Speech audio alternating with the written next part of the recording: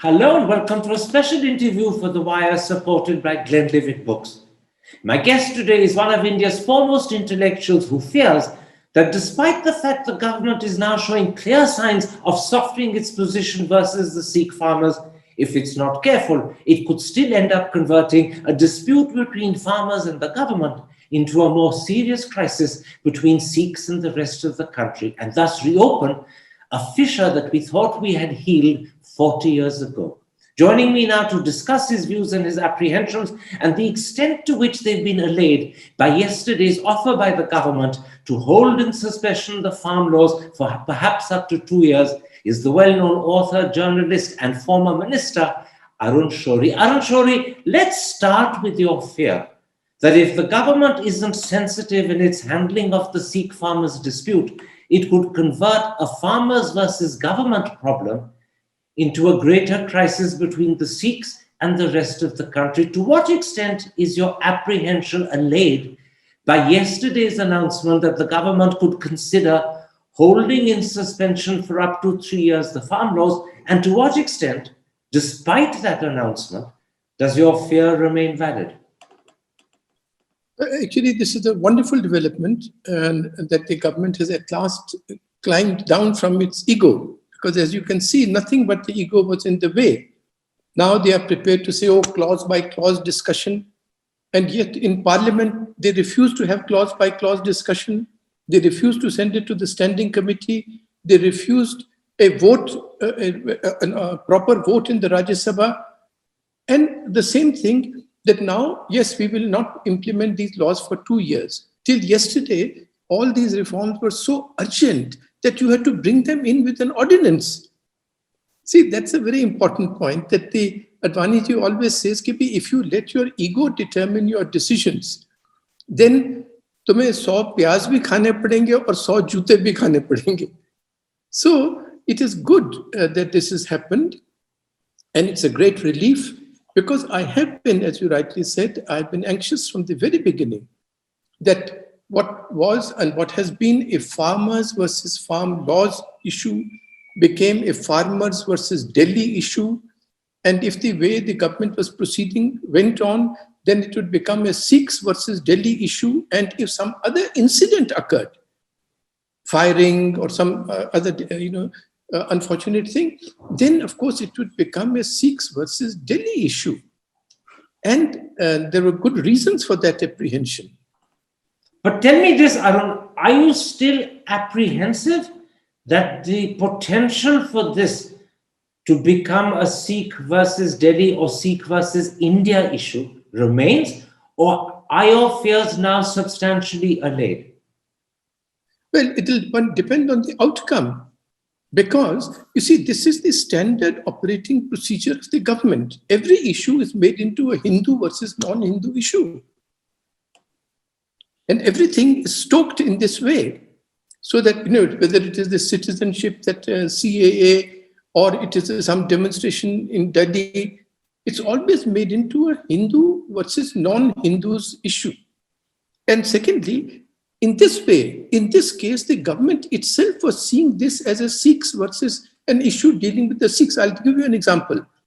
When Mr. Modi thinks there is a need for a photo opportunity, where does he go? Does he go to a temple? No, he goes to the Bangla Sahib Gurdwara.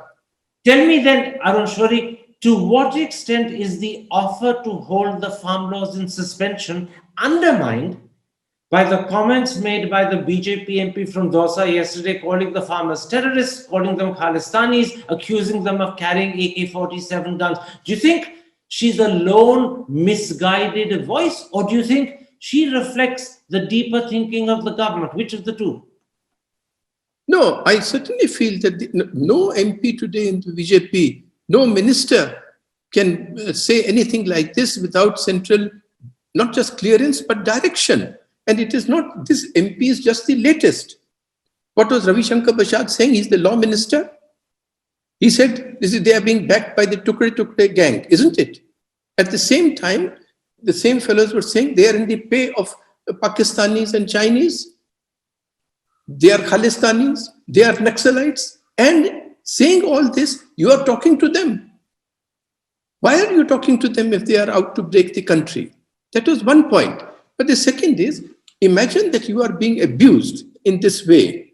And at the same time, then do you believe anything that the government says in the talks with you? The talks are then just a farce, a charade.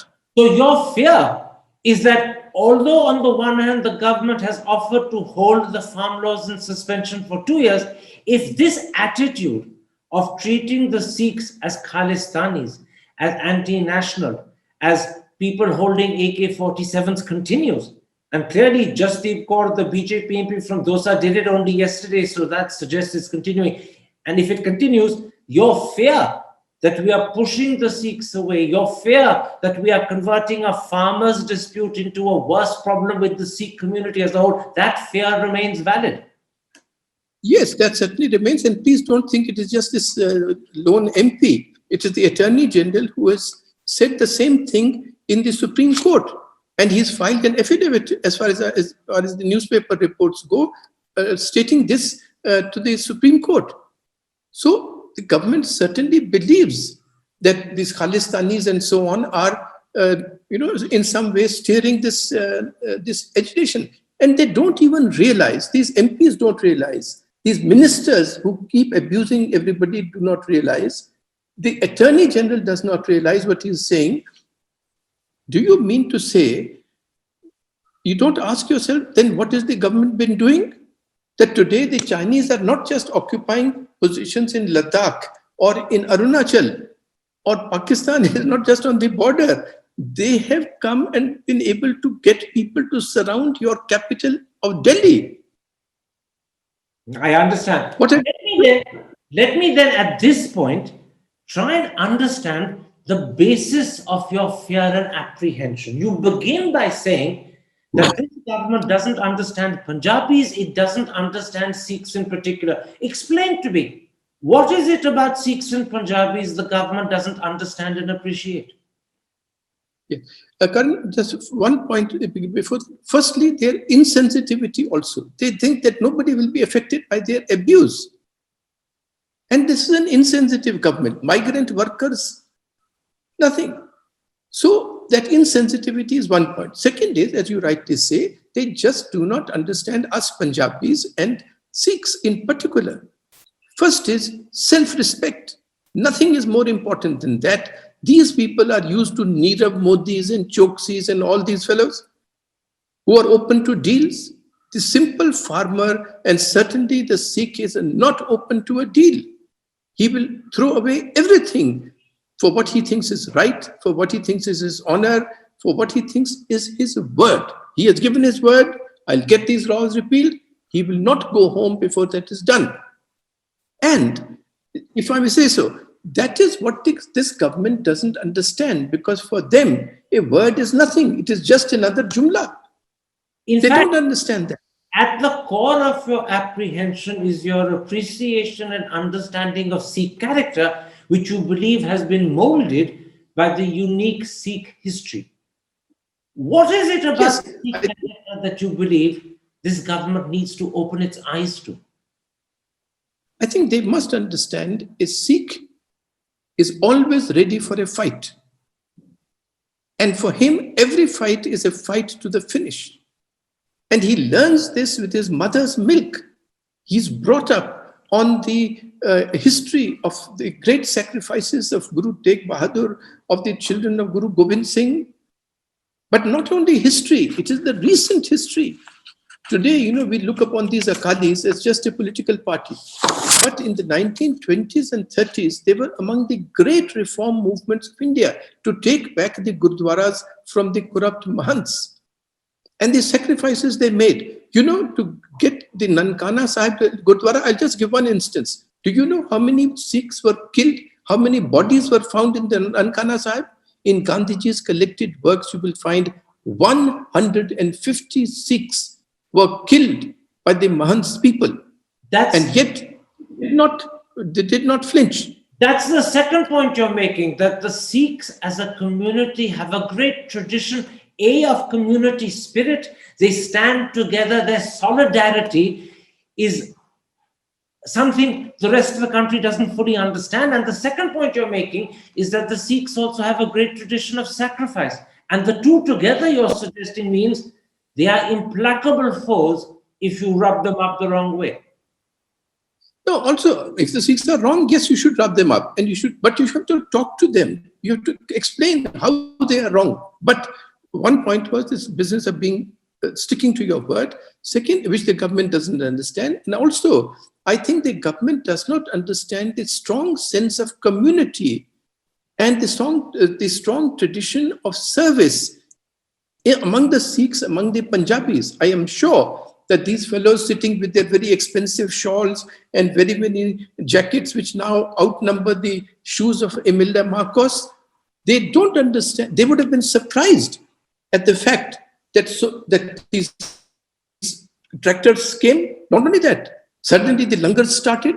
Suddenly somebody came and put up toilets. Suddenly somebody came and had songs for them. Because they do not understand the spirit of service, they do not understand the spirit of community. That is why when they saw this food, they suddenly started saying, oh, this money is coming from Pakistan and China. How absolutely abhorrent and idiotic. Now, you don't think that we people serve each other? Now, one of the things that has happened, you mentioned it earlier, is that many BJP MPs, but also BJP ministers, you mentioned Ravi Shankar Prasad, have accused the Sikh protesting farmers of being anti-national, of being Khalistani, of falling under the influence of the Tukre Tukre gang. But in fact, Sikh farmers and now Haryanvi farmers who are joining them in equal measure actually contribute per proportion of their population more to the armed forces than probably any other community in the country. So when their sons, their husbands, their fathers are accused of being anti-national, do you believe that this inflicts a wound and a pain that the rest of us can't fully understand, because our connection with the defense forces is very different? They take great pride in defending the country. Yes, and nothing enrages a sincere man than a person whose sons and, as you said, brothers and husbands are in defending the country to be called anti-national. Nothing will enrage him more than that. And you are absolutely right. One reason is that in Punjab, in Haryana, being in the services is a part of the weave of life. Every family, every village will have people there. But probably in other provinces, maybe Gujarat, the proportion of population that goes into the services would probably be 1/9 to 1/10 of the population in Punjab. Can I interrupt and give you the figures? The actual figures brought into the public domain by firstpost.com on April the 22nd, 2019. Punjab's recruitment into the army is 50.89 per lakh. Haryana's is 45.41 per lakh. Gujarat, on the other hand, is just 5.24 per lakh. It is 10 times less than Punjab, 9 times less than Haryana. Do you fear that this government, or perhaps I should broaden it and say, do you fear that politicians whose association, either physical or emotional, with the army is minimal? Politicians very rarely have brothers, husbands, sons who become jawans. And therefore, do you fear that politicians, and perhaps this government in particular, doesn't understand the terrible hurt when they stand up and call Sikh farmers anti-national, as the BJP MP from Dausa did yesterday, as Ravi Shankar Prasad did a little while earlier? Absolutely. And you see, it is not just populations like Gujarat, it is these specific leaders. Actually, if I may say, there is no government in India, just these two persons, Mr. Modi and Mr. Amit Shah. These fellows, their stock in trade is buying and selling MLAs, breaking parties, and so on. How can they understand the simple farmer or the Sikh who lives by an oath? When he leaves the house, he says, don't wait for me. When he takes an oath, he will never give up on that oath. These people don't understand, because for them, election mein keh diya, wo to jumla tha, ye wo. अच्छा बतलाओ तो सही कि Arun, ये दो ले लो मैं हाँ जी Arun Shourie, you're really saying that Amit Shah and Narendra Modi do not understand the psyche of Sikh farmers. They don't understand how they can deeply wound Sikh society by accusing them of being anti-national. They just don't understand that, you're saying. absolutely absolutely I don't want to say that I conveyed this, but certainly, this is certainly the case that they just don't understand, and they better understand.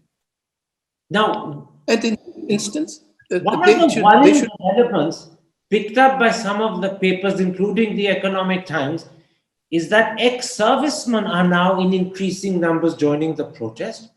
Apparently, many of those ex-servicemen are coming to protest in their old uniforms, even with their old medals, thus combining together their love of the army, their commitment to India's defense with the protest. Is there a fear that if today ex-servicemen are joining the protest, it could one day start affecting soldiers? Because you know that in Punjab and Haryana, the children of ex-servicemen join the army in very large numbers. So are you worried that if it's ex-servicemen today, it could be serving soldiers tomorrow?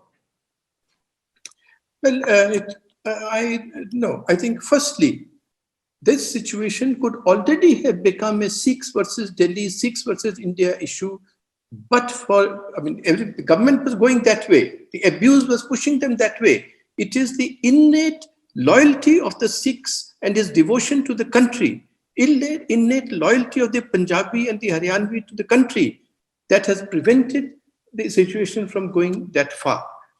And I think the army remains a very disciplined force, but naturally it is not in a hermetically sealed jar. They are people from our families. They are persons from our community. So it's not just that because ex-servicemen are there, therefore servicemen will be affected. It is that because the farmers are suffering in the cold, their sons and brothers and husbands, and they will naturally be affected directly. You don't need the route of ex-servicemen. But as you rightly say, that makes it more probable.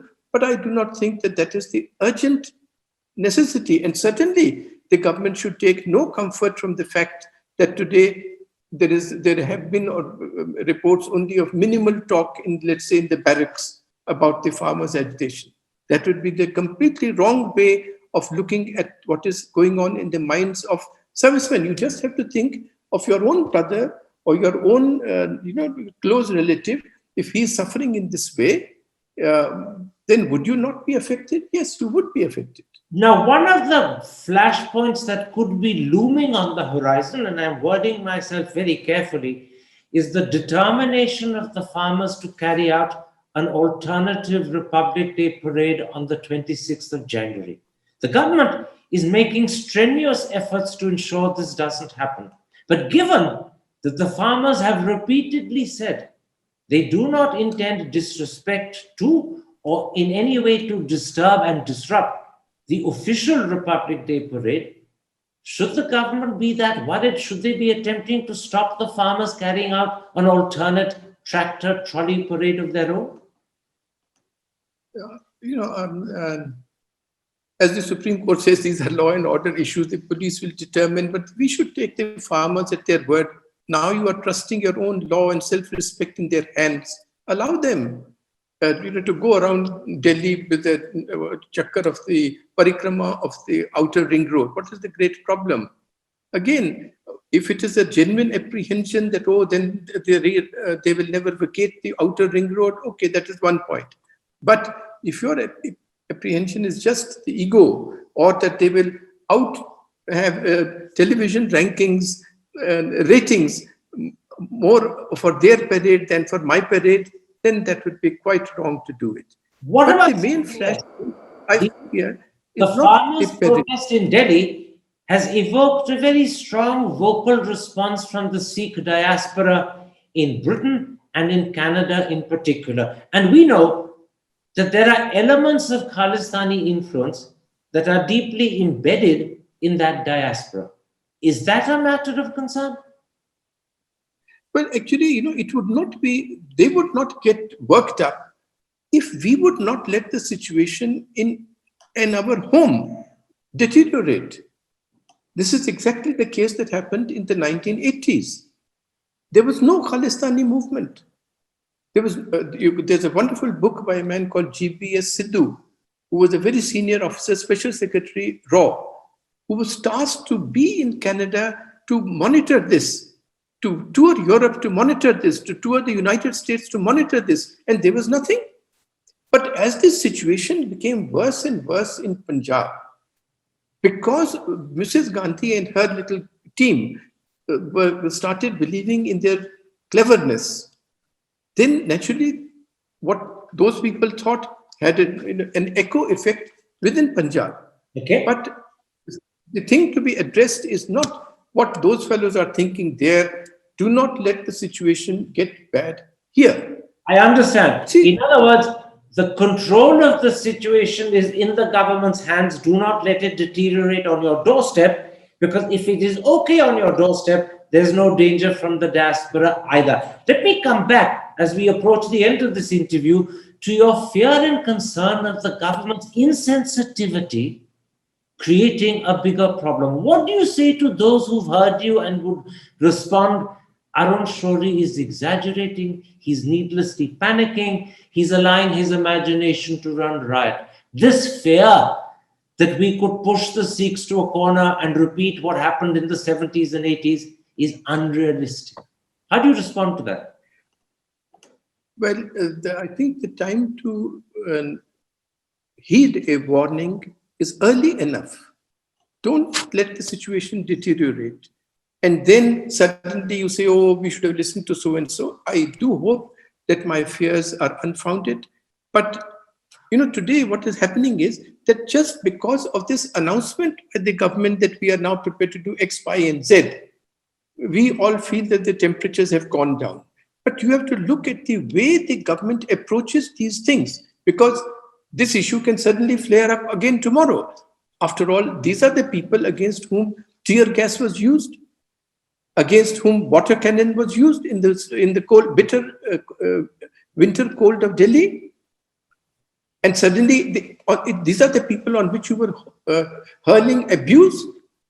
These are the persons on which you say you have given an affidavit to the Supreme Court that they are Khalistanis.